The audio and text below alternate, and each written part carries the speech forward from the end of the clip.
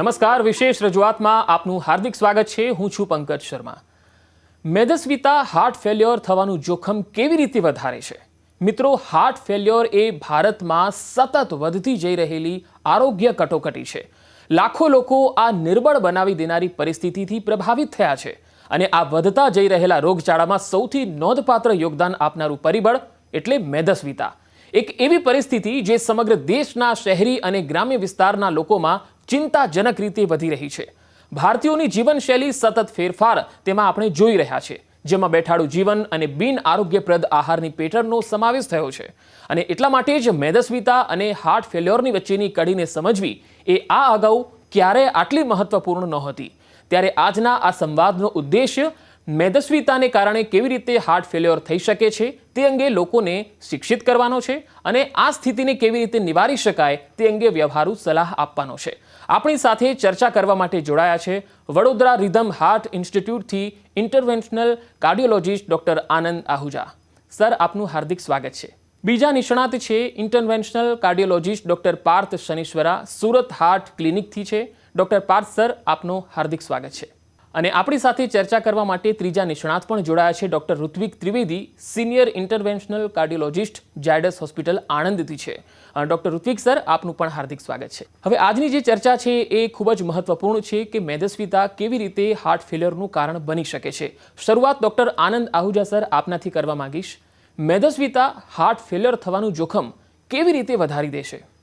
મેદસ્વીતાથી heart failure directly અને indirectly બંને રીતે થઈ શકે છે. હાર્ટ ફેલિયર 11% પુરુષોમાં અને 14% મહિલાઓમાં ડાયરેક્ટલી મેદસ્વીતાના લીધે થાય છે અને ઇનડાયરેક્ટલી મેદસ્વીતાથી બ્લડ પ્રેશર વધે છે, ડાયાબિટીસ વધે છે, ઇન્સ્યુલિન રેઝિસ્ટન્સ થાય છે, ઓબ્સ્ટ્રક્ટિવ સ્લીપ એપનિયા થાય છે અને આ બધા પરિબળો પણ આગળ જઈને હાર્ટ ફેલિયર કરી શકે છે. મેદસ્વીતા બીજા ઘણા બધા પ્રોબ્લેમ્સ કરે છે, જેમ કે હોર્મોન્સ ડિસ્ટર્બ થાય છે, ઇન્ફ્લેમેશન થાય છે અને જે ચરબીનું પ્રમાણ વધે છે એનાથી જે લાઇપોટોક્સિસિટી થાય છે એનાથી પણ હાર્ટ ફેલિયર વધે છે. સો આ રીતે ડાયરેક્ટલી અને ઇનડાયરેક્ટલી બંને રીતે મેદસ્વીતાથી હાર્ટ ફેલિયર થવાના ચાન્સીસ વધી જાય છે. બિલકુલ. ડોક્ટર પાર્થ શનીશ્વરા સર, હવે આપની પાસે આવીશ. આપણે બોડી માસ ઇન્ડેક્સ જેને કહીએ છીએ એટલે કે BMI, એ અને હાર્ટ ફેલ્યોરના જોખમ વચ્ચે સીધો કોઈ સંબંધ ખરો? BMI એક મેઝરમેન્ટ છે જેના વડે આપણે મેદસ્વીતાપણાને ગ્રેડ કરી શકીએ છીએ. દરેક માણસને પોતાના BMI વિશે ખબર હોવી જોઈએ. BMI જાણવા માટેની રીત શું છે? BMI બહુ જ ઇઝીલી આપણે ઇન્ટરનેટ ઉપર જસ્ટ પોતાનું વેટ અને હાઈટ નાખી અને કોઈ જ જાતના કેલ્ક્યુલેશન વગર આપણે મેળવી શકીએ છીએ. આપણે જસ્ટ પોતાનું વેટ અને હાઈટ, બહુ બધા કોમર્શિયલી અવેલેબલ ફોર્મ્યુલા છે જેના વડે આપણે ઇન્ટરનેટ ઉપર BMI મેળવી શકીએ છીએ. હવે BMI આપણો ગોલ હોવો જોઈએ કે 18.5 થી 25 ની વચ્ચે રાખવું જોઈએ. 25 થી 30 વચ્ચે પ્રી ઓબીસ ગણાય છે અને 30 કરતા વધારે જ્યારે BMI હોય ત્યારે એ મેદસ્વીપણામાં ગણાય છે. પણ ઇન્ડિયન પોપ્યુલેશન અને વેસ્ટર્ન પોપ્યુલેશન નું કેલ્ક્યુલેશન અલગ અલગ છે. આપણા ભારતીયોમાં કદ થોડું નાનું હોય છે, જેનાથી આપણે ભારતીયોએ BMI આપણો ગોલ 23 કરતા ઓછો રાખવો જોઈએ અને 23 થી 25 વચ્ચે આપણે પ્રી ઓબેસ ગણાઈએ છીએ અને જો 25 કરતા વધારે હોય તો એ મેદસ્વીપણામાં ગણાય છે. તો દરેક જણે પોતાનું વેટ અને હાઈટ નાખી BMI કેલ્ક્યુલેટ કરવું જોઈએ અને BMI ને બને ત્યાં સુધી 23 કરતા ઓછું રાખવું જરૂરી છે. ડોક્ટર ઋત્વિક ત્રિવેદી સર, આપની પાસેથી જાણવું છે કે આ અગાઉ ડોક્ટરોએ ભારતીયોમાં વધારે વિસરલ ફેટ હોવાનું જણાવેલું છે. તો આ વિસરલ ફેટ શું છે અને હાર્ટ ફેલ્યોરના જોખમમાં વિસરલ ફેટ કઈ ભૂમિકા ભજવે છે? નમસ્કાર મિત્રો.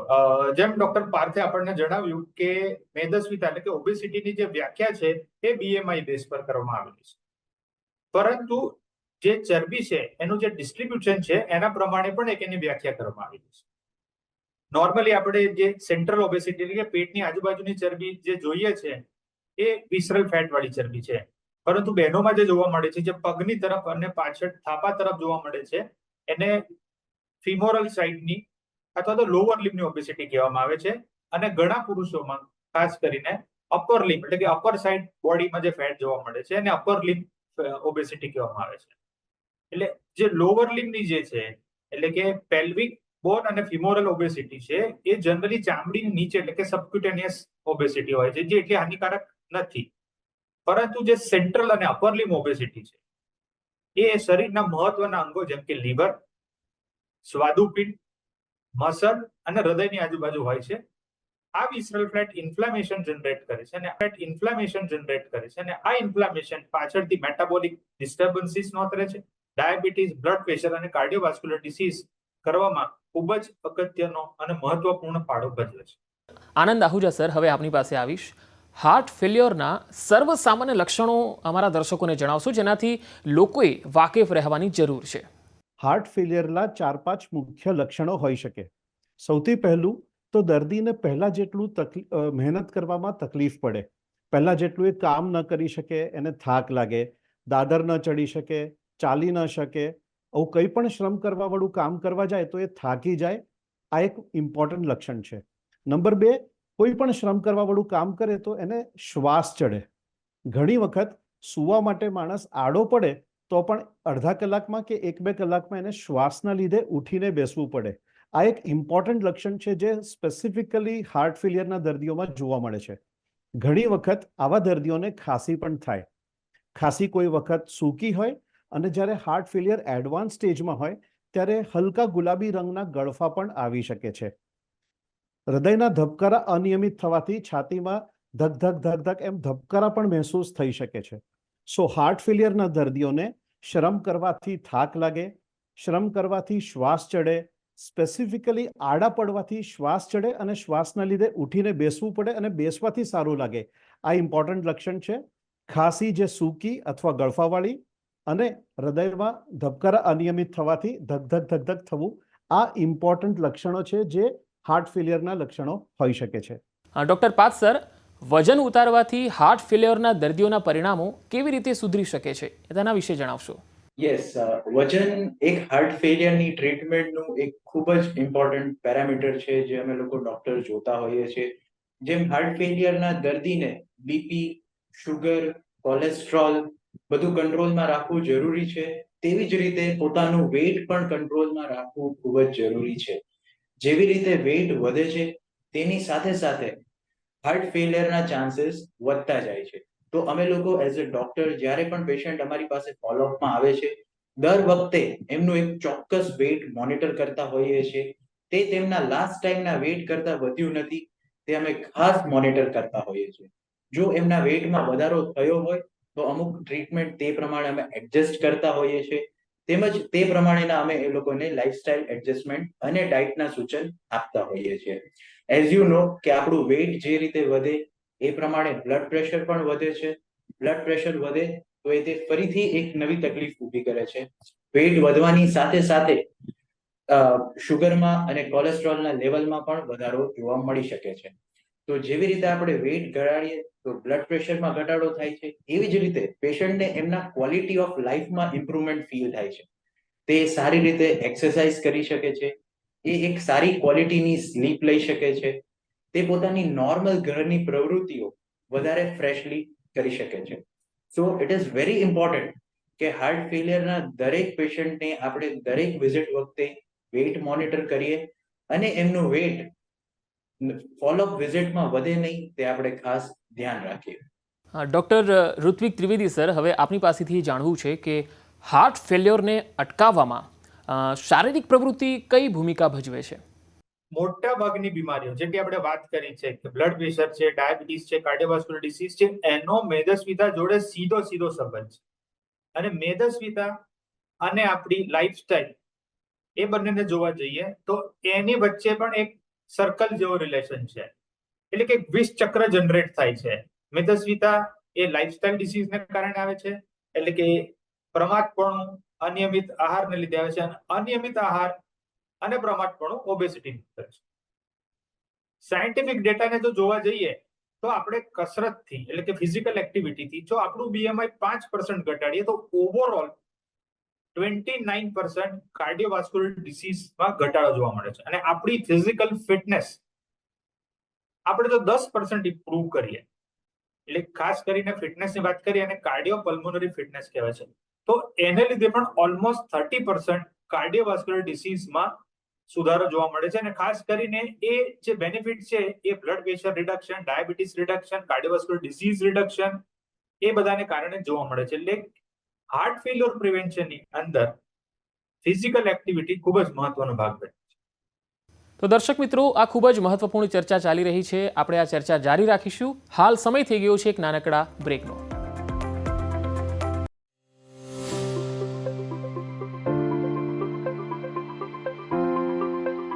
તો દર્શક મિત્રો, બ્રેક બાદ ફરી એકવાર આપનું સ્વાગત છે આજની આ વિશેષ રજૂઆતમાં. ડૉક્ટર આનંદ આહુજા સર, હવે આપની પાસે આવીશ.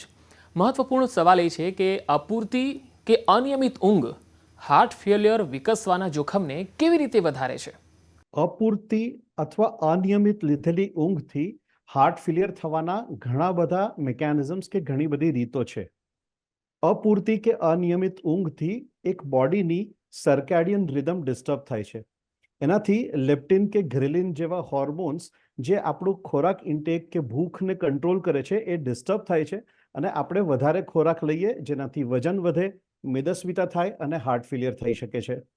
અપૂરતી ઊંઘથી બ્લડ પ્રેશર વધે, શુગર વધે, એનાથી પણ હાર્ટ ફેલિયર થઈ શકે છે.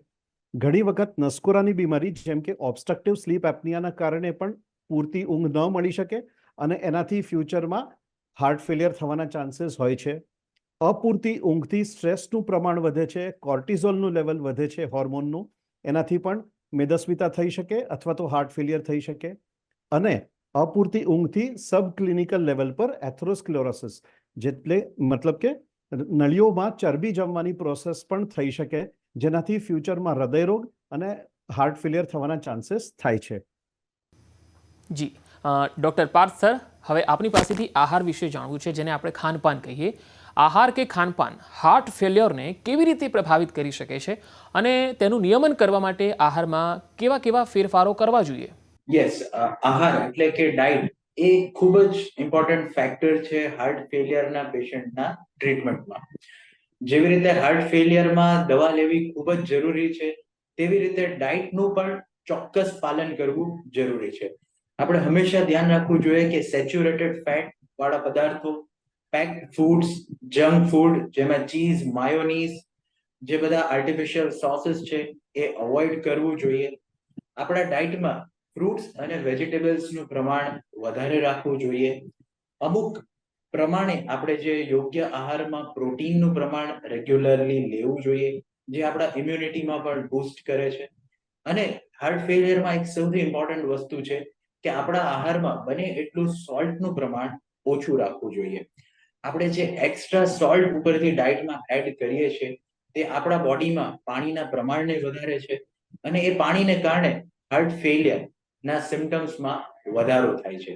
તો ઓવરઓલ આપણે જોવા જઈએ આપણા ડાયટમાં સોલ્ટનું પ્રમાણ લિમિટેડ રાખવું જોઈએ, ઉપરથી એક્સ્ટ્રા સોલ્ટ ના છાંટવું જોઈએ, ઓઇલી ફૂડ, સેચ્યુરેટેડ ફૂડ વાળા પદાર્થો ઓછા લેવા જોઈએ, ફ્રૂટ્સ, વેજીટેબલ્સનું પ્રમાણ વધારે અને એક પૂરતી માત્રામાં પ્રોટીનનું પ્રમાણ લેવું જરૂરી છે.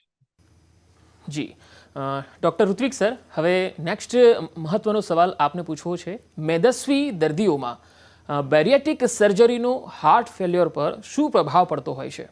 આપણે જેમ મેદસ્વીતાના નિવારણ વિશે વાત કરી કે જેમાં લાઇફસ્ટાઇલ મોડિફિકેશન એટલે કે આપણી જે દિનચર્યા અને ખાનપાન છે એ પ્રવૃત્તિમાં સુધારો કરવો જોઈએ અને પણ આ પ્રયત્નો છતાં પણ આપણી મેદસ્વીતા દૂર ના થાય, આપણું બીએમઆઈ 35 થી ઉપર રહ્યા કરે, આપણને ઓબેસિટી સાથે સાથે ગંભીર બીમારીઓ જેમ કે ડાયાબિટીસ જે કંટ્રોલ ના થઈ શકે, બ્લડ પ્રેશર, હાર્ટ ફેલ્યોર, એટ્રિયલ ફિબ્રિલેશન એટલે કે ધબકારાની અનિયમિતતા અને સ્લીપ એપ્નિયા જેવી બીમારી હોય ત્યારે એના નિવારણ માટે દવા અથવા સર્જરીનો ઓપ્શન આપવામાં આવે છે. બેરિયાટ્રિક સર્જરી એ એવી પ્રકારની સર્જરી છે કે જેની અંદર જે હોજરીનો જે કોઈ ભાગ છે એને સાંકડો કે ક્લિપ કરી દેવામાં આવે છે અથવા તો હોજરીને આંતરડા જોડે કનેક્ટ કરવામાં આવે છે અને એના લાંબા ગાળાના 8 થી 10 વર્ષના આપણી પાસે સાયન્ટિફિક પ્રમાણ છે કે જેની અંદર નવું હાર્ટ ફેલ્યોર જે જનરેટ થાય છે એમાં બીએમઆઈમાં ઘટાડો કરવાથી એટલે કે વજનમાં ઘટાડો કરવાથી ઓલમોસ્ટ 70% ઘટાડો જોવા મળે છે.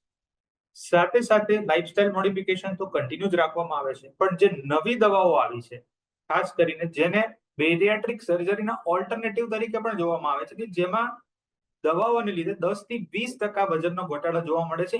એનો પણ 3 વર્ષનો અત્યાર સુધી આધારભૂત જે ડેટા આપણને મળ્યો છે એમાં બી બ્લડ પ્રેશર, ડાયાબિટીસ, સ્લીપ એપ્નિયા, એટ્રિયલ ફિબ્રિલેશન અને હાર્ટ ફેલ્યોરમાં 30 થી 40% ઘટાડો જોવા મળે છે. એટલે કે બેરિયાટ્રિક સર્જરી અથવા તો દવાઓ એને લીધે જો વજનનો ઘટાડો થશે તો હાર્ટ ફેલ્યોરની બાબતમાં આપણને ચોક્કસ બેનિફિટ મળશે.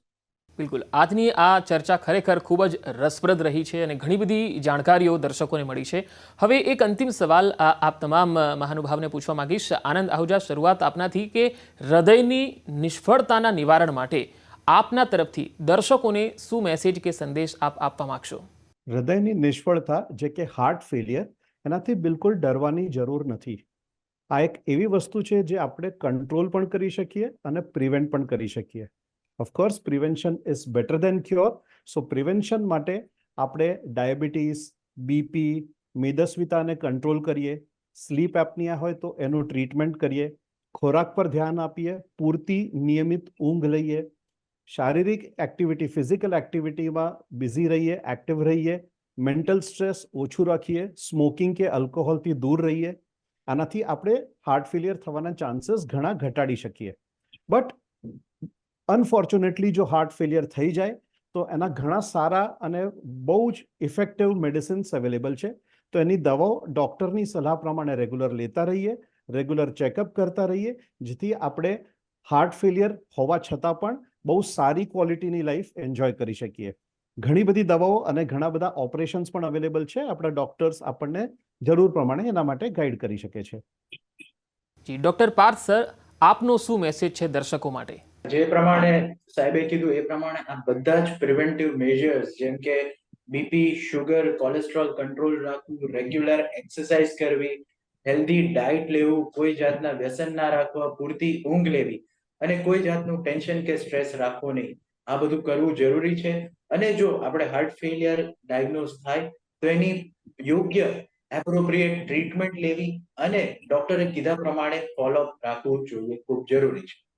જી, ડૉક્ટર ઋત્વિક સર, હવે આપનો મેસેજ દર્શકો માટે, ખાસ કરી હૃદયની નિષ્ફળતાના નિવારણ માટે.